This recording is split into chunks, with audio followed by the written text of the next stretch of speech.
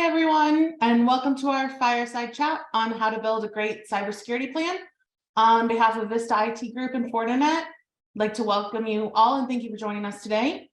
I'm Crystal. I'll be your moderator, and I'm joined by security experts Darius Goodall and Rob Rowe. Before we get started, the session will be recorded and distributed after the event. If you have any questions, please utilize the Q&A box and our experts will answer them live. So if there's been anything you've been wondering about, or if you have a question about something that comes up during the discussion, our experts would love to weigh in. With that, I'll turn it over to Darius to get us started. Crystal, thank you so much. And to our audience, listen, thank you so much for spending some time with us today. I know your time is precious. So we're going to try and get some really important messages across to you and information across to you that I think you'll find really valuable. But before we get going, I'm going to introduce you to Rob Rowe. Rob, tell us a little bit about yourself. Tell us where you fit into this.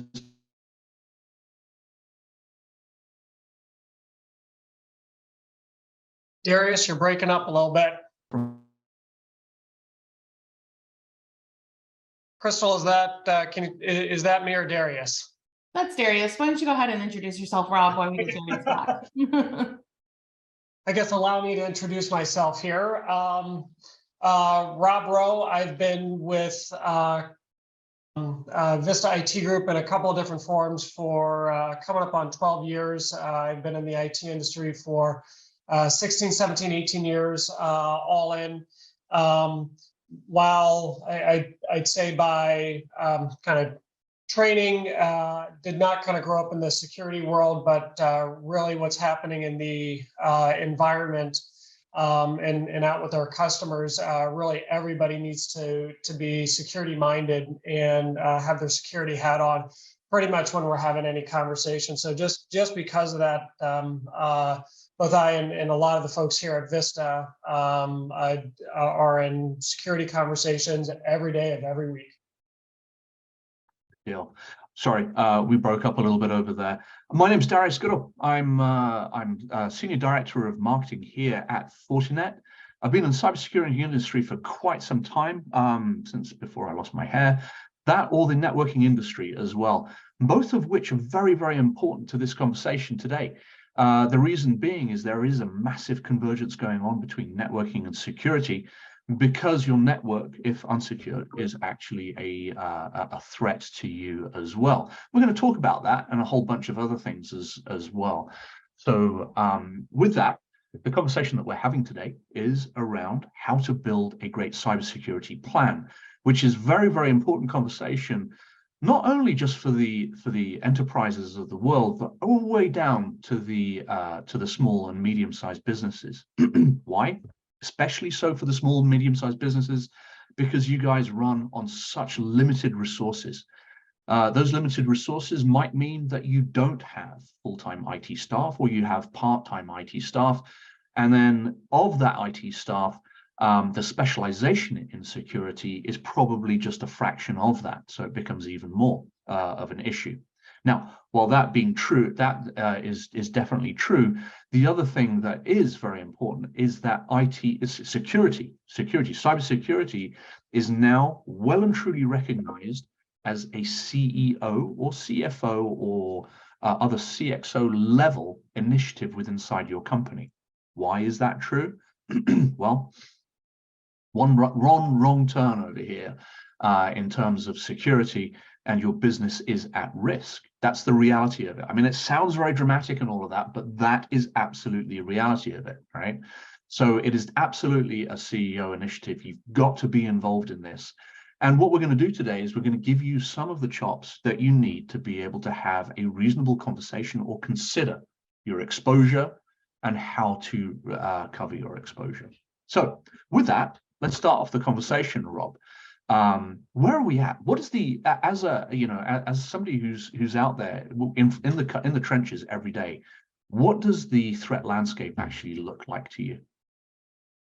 It is, and I guess to looking back a few years, it seems like every new year there is something new to look for. So we've got everything from email security to people actively scanning WAN ports to people clicking on wrong links to bad actors hacking wireless. So it's when we look at the amount of time that we used to spend on all of our IT together, it seems like more and more these days we are really focusing on that amount of time, money, and effort on security alone. Right. Right. I mean, you know, the attacks, honestly, that we've seen out there, they don't change much. Well, the nature of the attack will change, or the actual software used in the attack will change, because they're constantly evolving their methodology of attack to actually evade the defenses that are in there. Right. But ransomware is absolutely still number one, the pervasive method of attack, or the tool for an attack. And it's, you know, it's targeted largely at the SMBs. Why so much at the SMBs?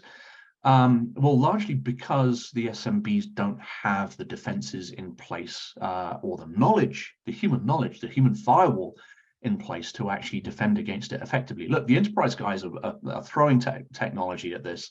They're throwing resources at it. They've got larger teams and all that kind of stuff.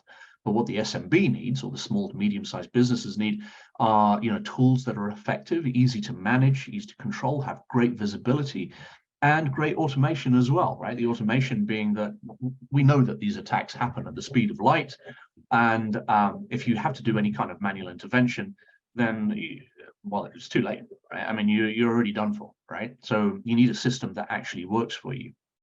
So that's like, and Rob, as you said, there's a lot of different ways in which these attacks manifest themselves, right? But by far and away, the most popular still today is email, right? I mean, look at the amount of spam that people get in their inboxes, and, you know, the number of things that you're expected to click on, emails that just kind of pop out of the blue that have a massive amount of emergency on you or to you, that you're expected to react to. And the answer is, you know what? Step number one, you should definitely work on the human firewall element.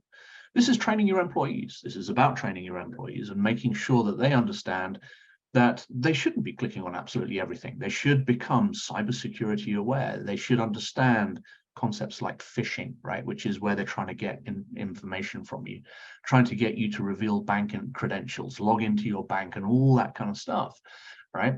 As well as the rest of the spam and offers that are just way too good to be true that you can find out on the web and everything else.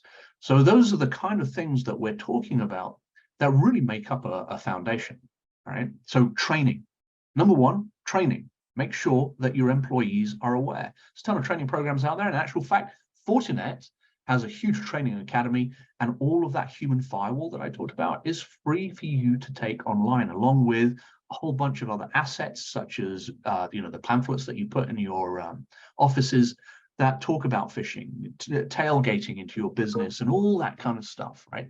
All very important. So we make all of that available for you. So, Rob, who are these people that are attacking these businesses, and how do these organizations with limited resources combat these entities effectively?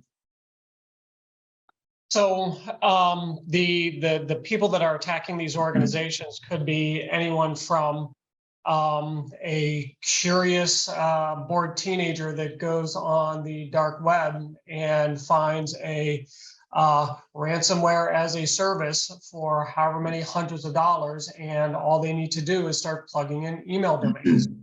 So it's anywhere from that to way more sophisticated attacks that might even be government funded, where you've got huge organizations and corporations where it is their job to infiltrate and exploit businesses. And I know we talk about it time and time again, but the bad guys really only need to be right once. They only need to find one end, whether it's a vulnerability on an external facing system, whether it is a user or it's there. You get that link where you click, here's a PO, you type in your information, and maybe you're one of those folks that just didn't have two-factor authentication set up. So Lots of different points to get in. Darius, I forgot the second part of your question there. I'm trying to remember. So how do we? Where are they coming from? Oh, and Yeah, how do businesses try and combat these right? Attacks?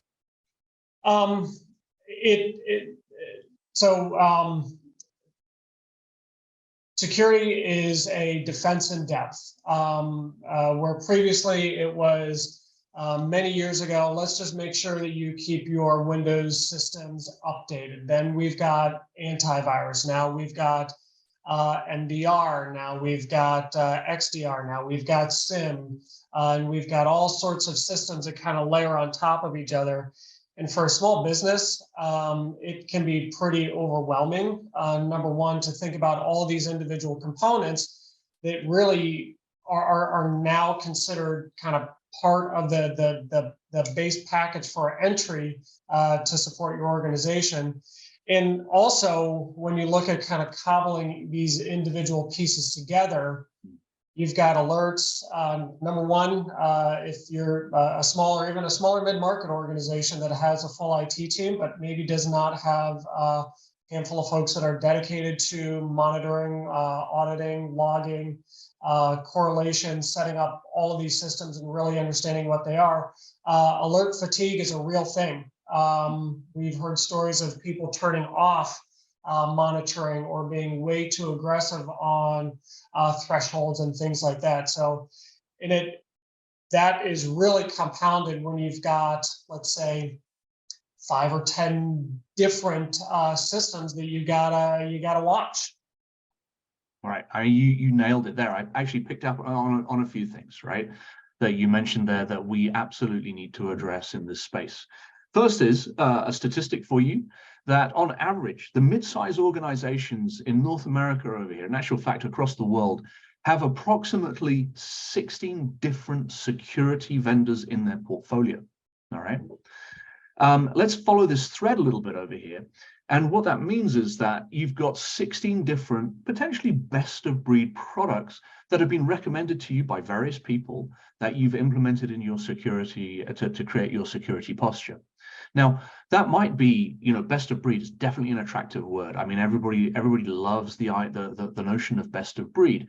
But putting some definition behind best of breed truly is a little bit of a quandary. What does it mean? What do you get out of best of breed? Well, let me tell you something. When an attack happens, like I said earlier, it happens at the speed of light. All right. And a best of breed and having 16, even half of that number of devices in your infrastructure.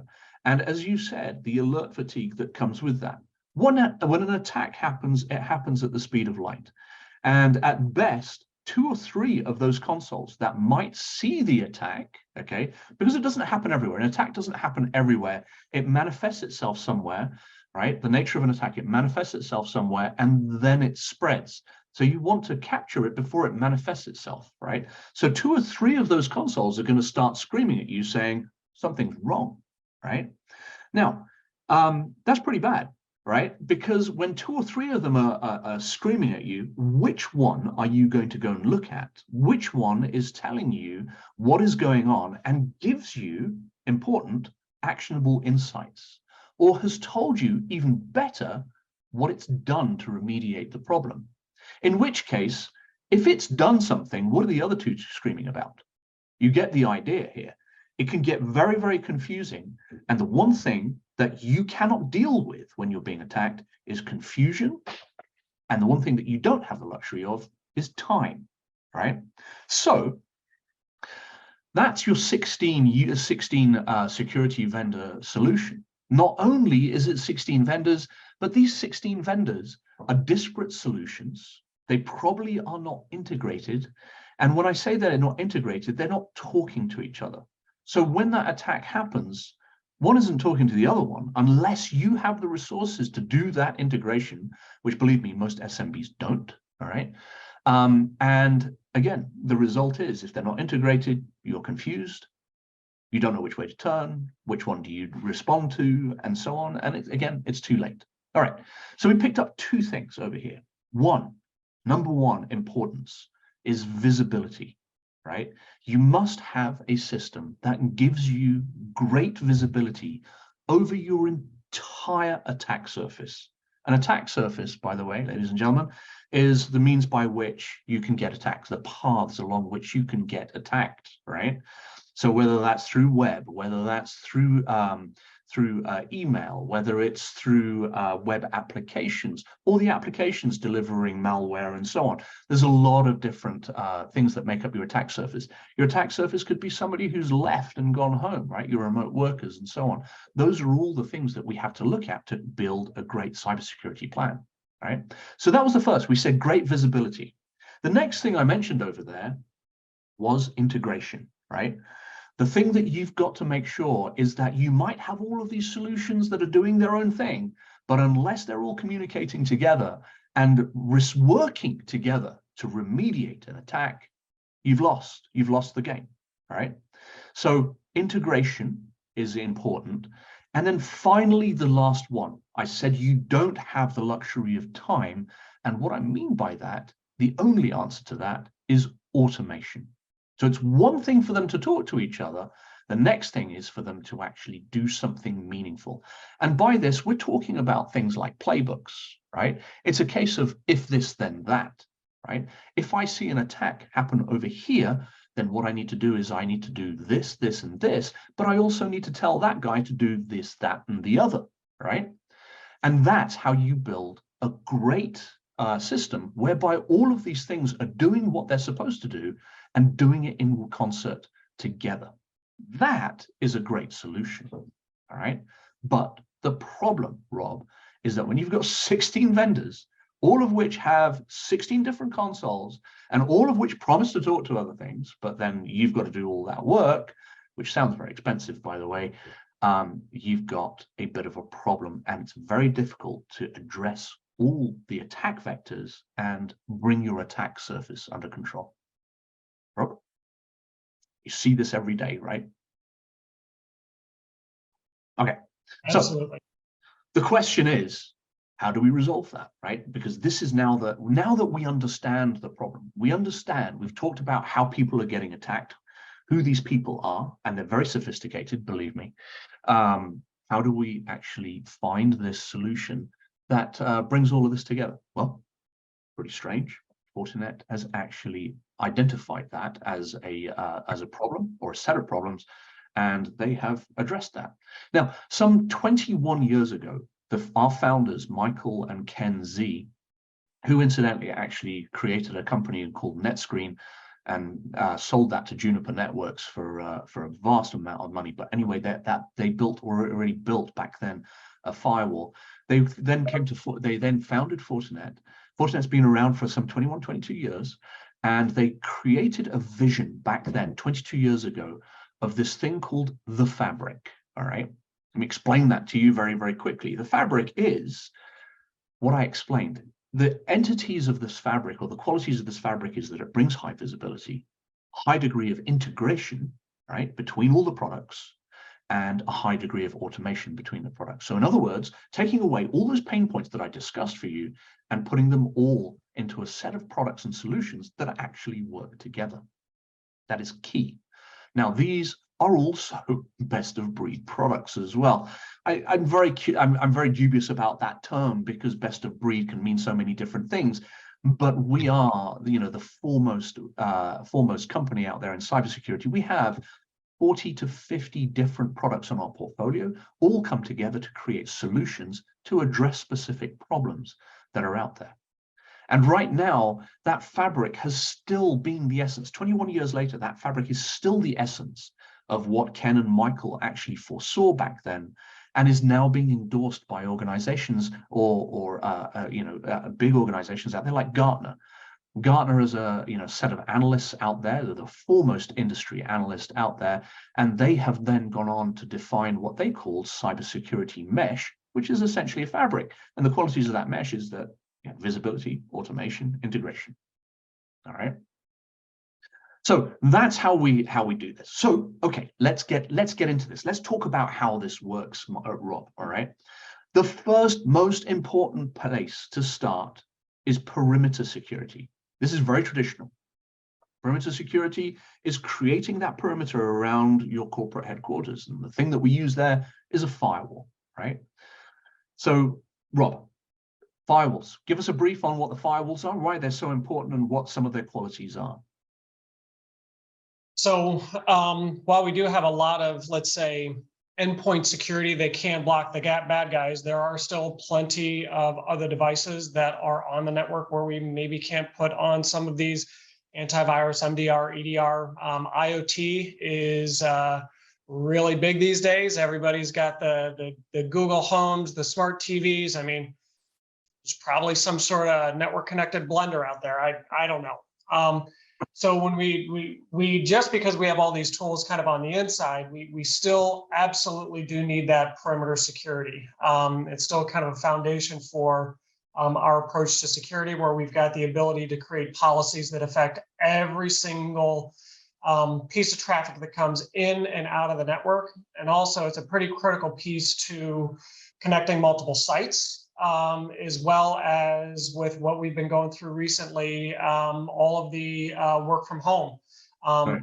We still, with all of the software as a service out there, I can't think of maybe a small percentage of our customers where they actually have everything in the cloud.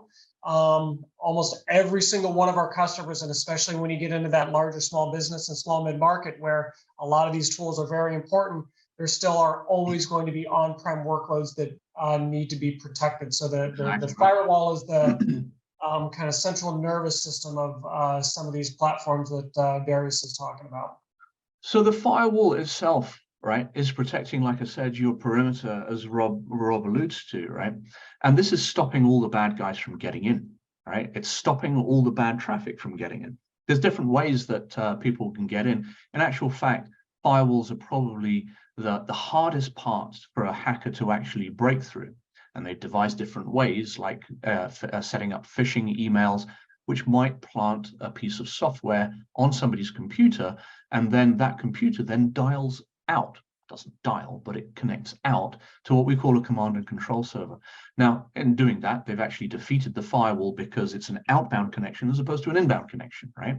So there's a lot of technology that goes into a firewall to recognize these kind of things. And in that, we need a great threat protection system that can tell us, you know, sites that are out there are bad, types of traffic that are really, really bad, types of websites as well that people go to that are bad.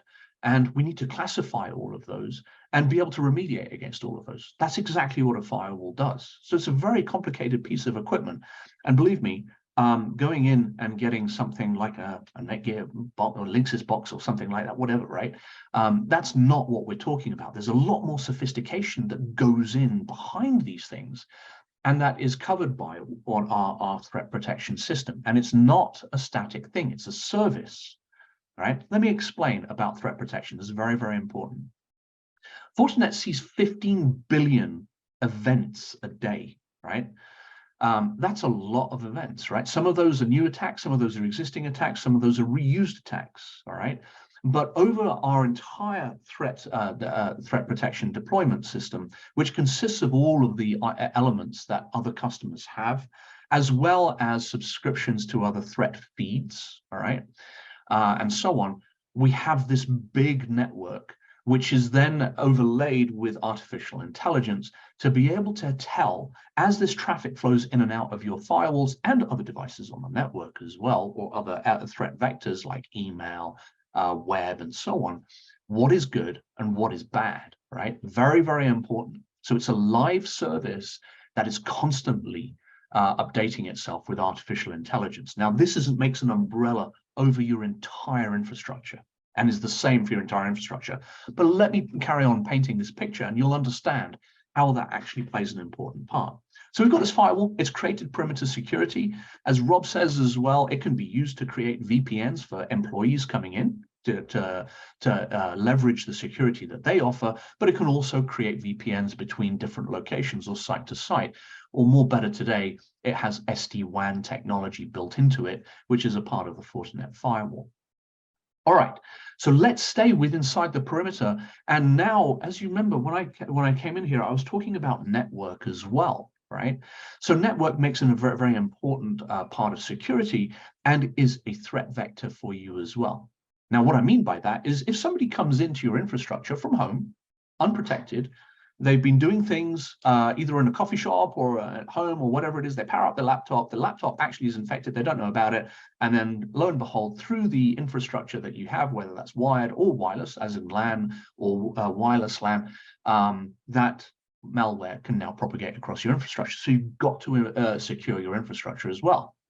Fortinet makes a set of products called the FortiSwitch and the FortiAP, right?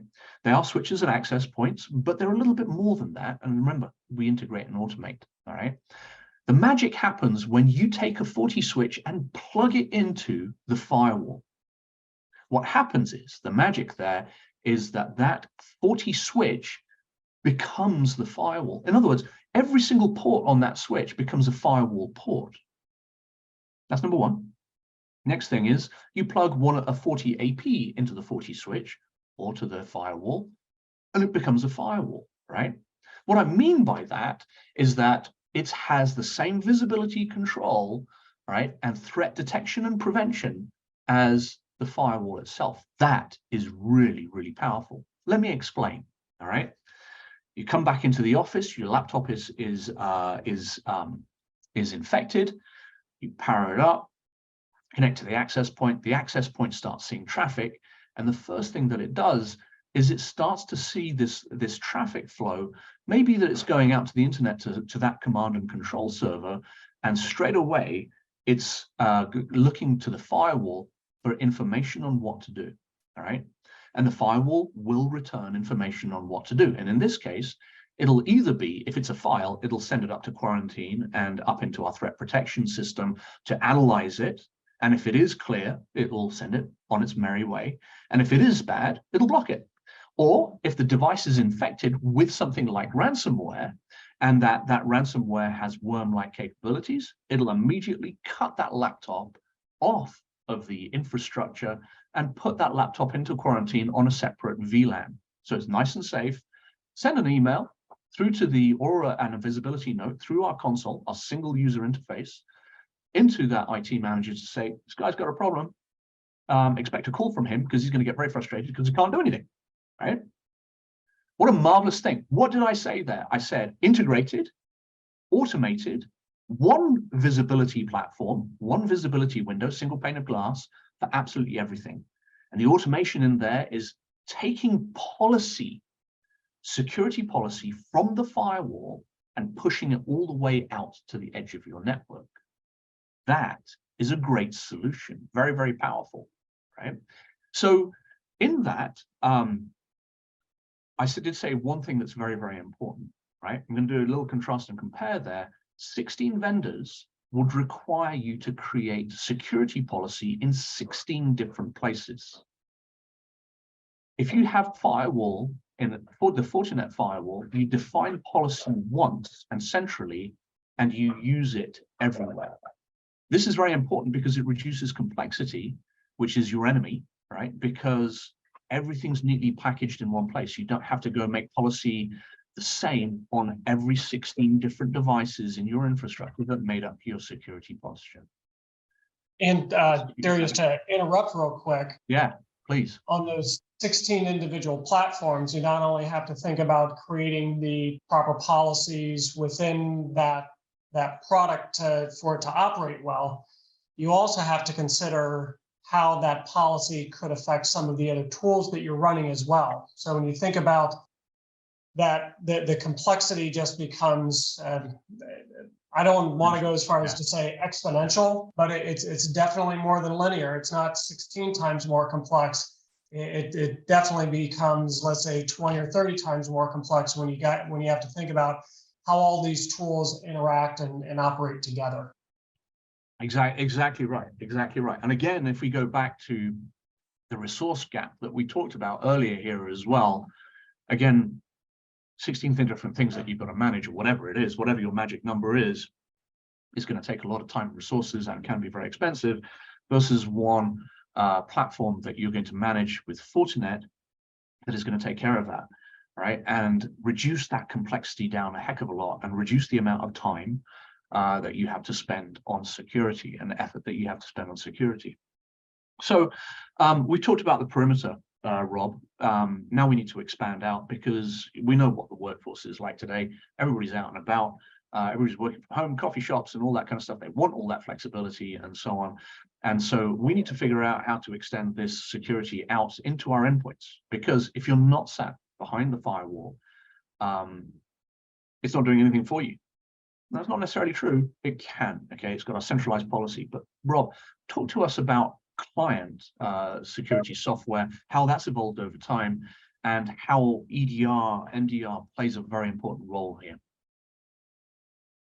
So again, back to it used to be just kind of antivirus. And now we know that there are enough zero-day attacks or even attacks that are, I'll call it manned attacks, where maybe it's not a particular signature-based thing that is happening, but maybe it's anomalous behavior. So we now are looking at endpoint detection and response, or managed endpoint detection and response as being the new minimum for endpoint protection.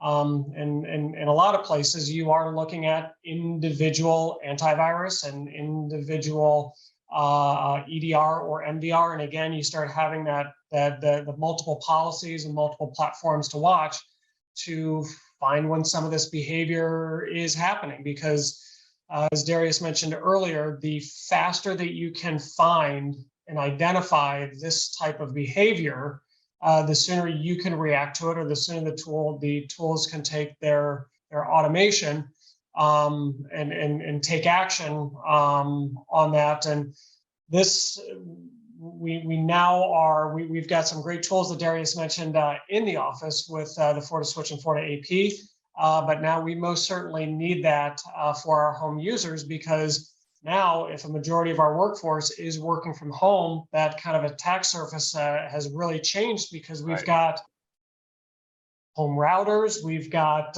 lots of IoT devices. And just thinking about me, there are 30, 35 IoT devices in my house. I mean, it's incredible. Yeah. And not all of those devices are secure. So, and when you combine that with the work from home and everybody working from home, it really kind of changes things and kind of our focus on securing those end devices wherever they are. That's exactly right. I mean, it's that explodes your threat landscape dramatically. And those, believe me, right? Those IoT devices that we buy off Amazon and what have you, those smart light bulbs and all that kind of stuff that emit Wi-Fi and so on. We buy them and we trust. Our default is to trust. But to trust, I'm telling you that all of this information, okay, once that person fires up a VPN or whatever it is they're doing to get back to that file server back at corporate headquarters, however they may be doing that, all those light bulbs and all those IoT devices are now your problem, right? Because you have no idea which one's going to be compromised. Or otherwise. I mean, IoT could be in your office. It doesn't have to be at home, right? It could be anywhere. It's the nature of your business. It could be OT, right? It could be in your infrastructure, or it could be what we call this shadow IT problem. But anyway, so going back to this client, right? Going back to these clients, or the people that are moving around, they go home. Let's say they go home, right? And you know, they're browsing the internet. They're sharing a network with husbands, wives, or they're cohabitating with other people from other companies who have different security policies than you. Have no idea. They might not have any client software. They might not have any security. It might be completely security unaware. It's possible. But the point is, you have no idea. But regardless of where they go, maybe they go to a coffee shop and they're sharing that infrastructure with everybody else in the coffee shop. So you've got to secure it. Now, there's a couple of things. We have a product called FortiClient, right? Which is basically our platform that secures your laptops and endpoint devices from attacks and malware. And guess what? It integrated with the Fortinet fabric, right? Which means that it is part and using the same policy that you defined in the firewall. So if your device is getting attacked, all right, technologies such as EDR okay, endpoint detection and response, will actually prevent even ransomware from exploding or causing any issues whatsoever. It's not a case of we've recognized it and quarantined it, we stop it, we disable it, right? And you get close to that, or if not 100% protection on your laptops. And that's very important, right? You've got to have security at the edge because, as we say, the perimeter has exploded. As soon as you let people out, the perimeter security has exploded, and we've got to recreate that threat protection all over the place. And it takes use of that threat protection system, which I could describe as an umbrella over the whole top of everything, to make sure that all of these things are secure and all of the time. So now you have a complete picture. We've got perimeter security for those people that are still working in the office, and then if they get up and they move anywhere, you're secure over there as well. Now, there's a whole bunch of other things as well, like two-factor authentication, which are really, really important. These, I would say, and if you talk to many of the cybersecurity specialists out there, two-factor authentication is by far and away the cheapest and simplest method of security that you can employ today, stopping people compromising your accounts. You should definitely turn that on. Make sure your employees are turning on all of the two-factor authentication on all their applications, web applications that they're using out there, and all of your web applications as well. We have two-factor authentication software for those applications that don't offer it themselves right now. And it's a very, very, very good place to start, right? If we go now one step further, Rob, all right, this is the 90%er. 90% of attacks start over email. Right? It's the easiest method of attack. And I think it was once described to me as the soft tissues that make up your cyber defense. In other words, if a fighter's going to go after you, they go after your soft tissues. And this is what the soft tissues are. People have a propensity to click on things because they're so attractive, because the offer is too great. And so 90% of attacks actually happen over the email threat vector. So email security is incredibly important, right? And as we build up this great cybersecurity plan, it is definitely a hot topic and a great place to start, right? Is to make sure that you have all of that in place. And this is very different, by the way. Email security, like I said, all connected into the fabric as well, using the same threat umbrella. And it's not your typical antivirus or anything else that is going to protect you from this stuff. You need this interactive threat protection and detection and immediate response system that is going to take care of that. So EDR, and FortiClient has that technology in there. Rob, are you seeing that most of your customers actually have threat protection in place in terms of the endpoint? What are you seeing there? We have a little bit of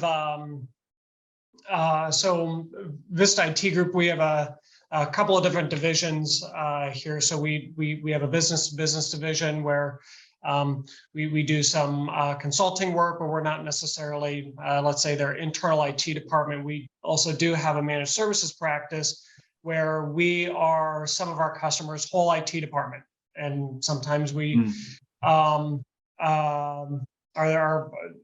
their only place for recommendations. And at every point we do recommend kind of making sure that all of these individual components are layered on for protection. Again, the concept behind defense in depth. Right. We still do have a lot of customers that are making decisions based on budget. But when there's lots of folks out there that are saying it's not if, but when there will be an attack. And at a very minimum, you're looking at a pretty significant loss in productivity. And now insurance might cover some of it, but you still can never get that amount of productivity back. And sometimes the incident response and the amount of time that you are down could be measured in days, if not weeks. So that also does damage to reputation.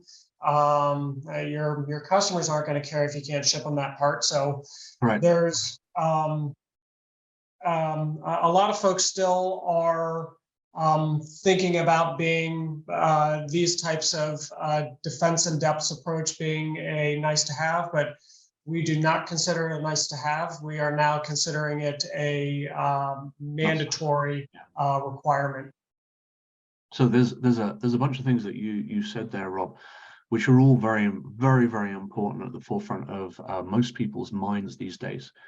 There's options, right? So Vista is giving you a bunch of options over here, which is really, really nice. All right. You can buy the product from them or any product from them, and you can run and go take your kind of destiny into your own hands, which is fine. If you have the resources and the understanding of the things that we were talking about today, to be able to go and do that, that's a perfectly reasonable approach. A lot of organizations do that. And Vista will help you with that. The other side of this is the MSP, MSSP side of it, which is they'll manage the security for you, right?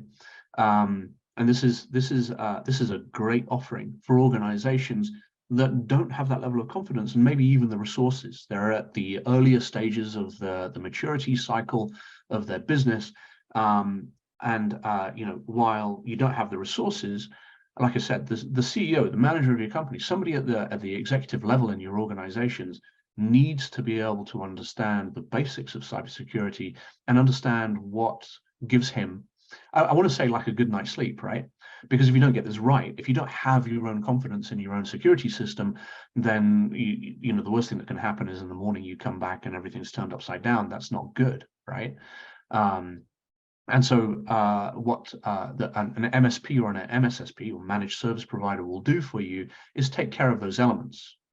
Vista will typically come in and consult with you, right? They'll take an assessment of where you're at this point in time with your security, and they'll map out a path for you, which gives you that level of comfort, which you are happy with. And everybody's different, right? Every organization is different. Everybody has different needs. And everybody's going to want a different security posture because of the shape, size, nature of your business. But Vista can help you with that. And then an MSSP does the managed security element of it. And then Rob said a couple of things over there. We talk about SIM and SOAR. Don't worry about too much about those acronyms, but those are tools that are constantly from their infrastructure, from Rob and Vista's infrastructure, looking into your infrastructure, monitoring all the time for different attacks and taking these automated steps. Best thing that can outcome of that is that nothing actually happens, but Rob and his team will hand you a report saying this happened, or this attempt happened, and this happened to evade it, or this is what we did to stop it. These are the remediation attacks that this automation took in place to actually stop that. And they'll set up all the automation and all those kind of things for you. So it's a very, very important service. And believe me, it's got nothing to do with the size of your organization, right? It's the nature of your organization. Some of even small companies can be so complex in nature that they want to outsource that. It's totally fine. It's totally fine. And it's basically just like a utility. Just like you pay for your utility bill, you pay for your managed security as well. And that's actually quite attractive financially to a lot of organizations instead of investing in a lot of infrastructure. All right. So anything else to add to that, Rob? Did I describe your business well? I mean, what other benefits do you bring? So again, I mentioned the couple of different business models that or divisions that we have here. So we are having conversations with some medium and large organizations where we're kind of hearing what are the pains that they have and how are they approaching solving these problems. And really what we try and do is understand how we can filter down that information and those approaches right. for our customers that maybe can't afford to have a full security team. I think one of our advantages is we've got customers that have, let's say 10,000 employees, and we also have customers that have 50. So, and while everybody's situation is definitely unique and everybody's budget is different, you a lot of times see commonalities and business challenges and concerns and struggles that we see those same kind of attributes in larger businesses and smaller ones. That's right. That's right. That's right. That's very good. That's a great portfolio and great breadth of your customer portfolio as well. That breeds a lot of confidence there as well, and gives, tells us, you don't have to be small. You can actually be fairly large to go for an MSSP type approach. Rob, the other thing that we haven't really discussed over here is cloud, right? I mean, a lot of organizations have actually moved out to the cloud or have some infrastructure out in the cloud. In actual fact, the pandemic actually accelerated cloud adoption by 10 years, believe it or not. That was a real driving function or driving force for things like public cloud or even hybrid cloud technologies. But in that, of course, that means applications have moved up into the cloud, your data's moved up into the cloud, your governance has to change a little bit to meet that. But that's also meant that there are other technologies, that enable your adoption of cloud, such as SASE, right, for example. What are you seeing in respect of cloud at the moment, Rob? So it is, and I think, again, it really depends on the customer. A lot of our customers in the, I'd say, that are squarely in our managed services space are primarily looking at adopting software as a service. But we're also seeing that we're starting to have a lot more conversations about, does a traditional on-prem infrastructure make sense? Because even if you do have some of those legacy applications, and for a small customer, let's say you've got a pretty critical application, but really it's that you've got that application and maybe a couple of domain controllers and a file server, doesn't really make sense to make that pretty large investment every 3, 4, 5 years to make sure that that's highly available.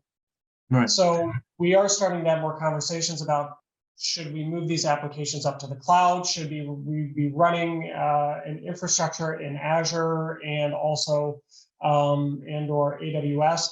And I'd say for some of our larger customers, they've already been down that journey. They've already had those conversations. They've already kind of seen some of the benefits of the cloud, and now the laggards are really starting to see some benefits from it. Yeah, this is very true. So, some of the technologies behind this, of course, when you put applications up to the cloud, the thing that you should put around them is some kind of firewall or application firewall, or called a WAF. It's very different from a perimeter firewall, right? That's a web application firewall. It's designed very, very differently to protect different flows coming from your applications. And they provide other technologies such as load balancing technology. If you're in an e-commerce company, a WAF will take care of things like that as well to a certain degree. But as these employees move from the office out to the outside world to sit in their offices, their home offices and coffee shops, some of the things changed. As you said, some of your applications from your data center actually moved up into the cloud, but some of them, the legacy ones, you're having some trouble actually moving them up out of a data center, and so they stay resident where they are, perhaps. So you've got this little bit of a hybrid situation, right? Now, there's technology that actually takes care of that, because if you wanted to access an application inside your data center or your corporate headquarters, you need what we call as a VPN. Most people are familiar with that, but it requires manual intervention from a client. You actually fire up a VPN, connect to the corporate firewall, and your traffic flows through to that firewall, all secured. That's great, right? It's all encrypted and everything else. But like I said as well, some of those applications have moved up into the cloud. And in the case of a VPN, right, and it's always safer to have your employees fire up a VPN in the most traditional sense, because that traffic is secured by nature, and it also benefits from all the features that the corporate firewall offers. That traffic is then pushed out to the internet, if that's what you're doing. If all the traffic is going down that tunnel, it's then pushed out to the internet via the corporate firewall. That type of traffic flow to and fro from the corporate firewall is what we call hairpinning, right?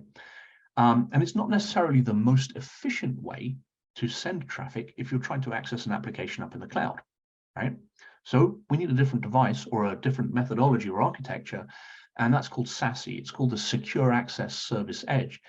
What this does is it actually puts a virtual firewall up in the cloud closest to where your employees are actually try to access the internet, and we call that a POP, point of presence. All right.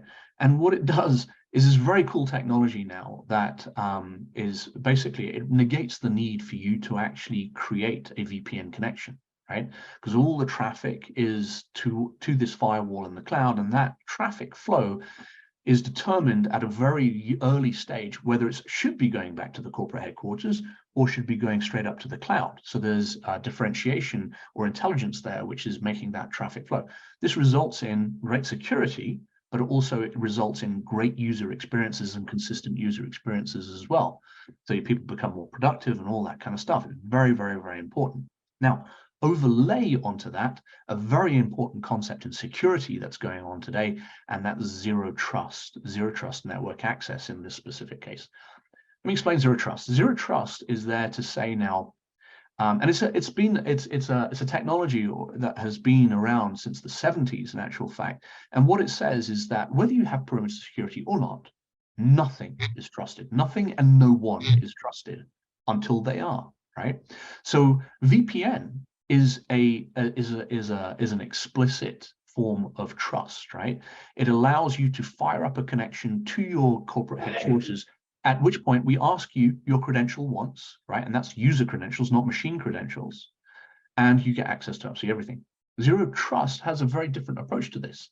What it does is it says, first of all, is this user, is this the right user, right? And it checks constantly if this is the right user. And is this the right machine? So there's a certificate-based exchange that goes on, right? And then not only is it asking you, is this the right user or is this the right machine? But it's saying, does this person have the right credentials to actually access this application? In other words, what the heck is the support guy doing trying to access the finance service? Doesn't need to be in there, right? It's another level of security. If the support guy is compromised, then if you had explicit access, your finance service is compromised as well, potentially by his actions or the attacker's actions. So we're providing what we call implicit access as opposed to explicit access, which is very, very, very controlled approach and measured approach to security. So it's a constant process of checking, rechecking, and verifying credentials all the time, right? So these two things, SASE and zero trust, is a very important next step for you as well, right? And so it's a subscription-based process, so it's very nice, very clean, and very attractive to a lot of organizations to take that approach, regardless of whether you've got applications up in the cloud or still back in your data center. And it's a gradual process. It's not something you have to turn on for everything overnight. We're an organization of close to 12,000 people as Fortinet, and our IT department constantly sends out notes saying we're now enabling this service with ZTNA and this service with ZTNA. So it's not an overnight. You have ZTNA, you don't have ZTNA, right? It's a gradual process, and Rob and Vista can definitely help you with that approach. So there's a lot to think about that we've been talking about over here. But the great thing is Fortinet can help you, and Fortinet can help you through Vista IT. So your next step over here in understanding what we've created here is basically a really good security plan overview is to get in touch with Vista, have a chat with them, get them in, let them consult, let them evaluate what you've got, and let them take the next step in consulting with you to tell them what your business aspirations are, how they can secure those business aspirations, and get you a good night's sleep at the end of the day. All right. So with that, Crystal, do we have any questions that have come out from the from our audience out there? We do have a question on how does the company determine its current level of risk? Rob, that's all you. You guess? No. No. So there are a lot of ways to determine your level of risk, and when we start these conversations, it usually starts through an interview process and understanding what the existing infrastructure looks like. So There could be, again, as Darius mentioned, cloud workloads. There could be Office 365. There could be G Suite. There could be SaaS applications. There could be on-prem infrastructure. So it usually starts with a conversation, and then we define an approach for an evaluation. And that evaluation could really vary from, we've got a list of best practices, and it can be just a checklist of, are you doing some of the foundational stuff? Darius mentioned two-factor authentication. That's a big, easy one. And it could evolve into anything from evaluating the individual tool sets and kind of a security assessment to vulnerability testing, penetration testing, taking a look at current policies and procedures. So we do have a couple of, I'd say canned assessments that we can offer, but we also have the ability to take a more customized approach. Love that, love that, and it is a great question to the person who asked that, because that's honestly at the forefront of everybody's mind, and it's not a question that goes away, right? It's constantly there.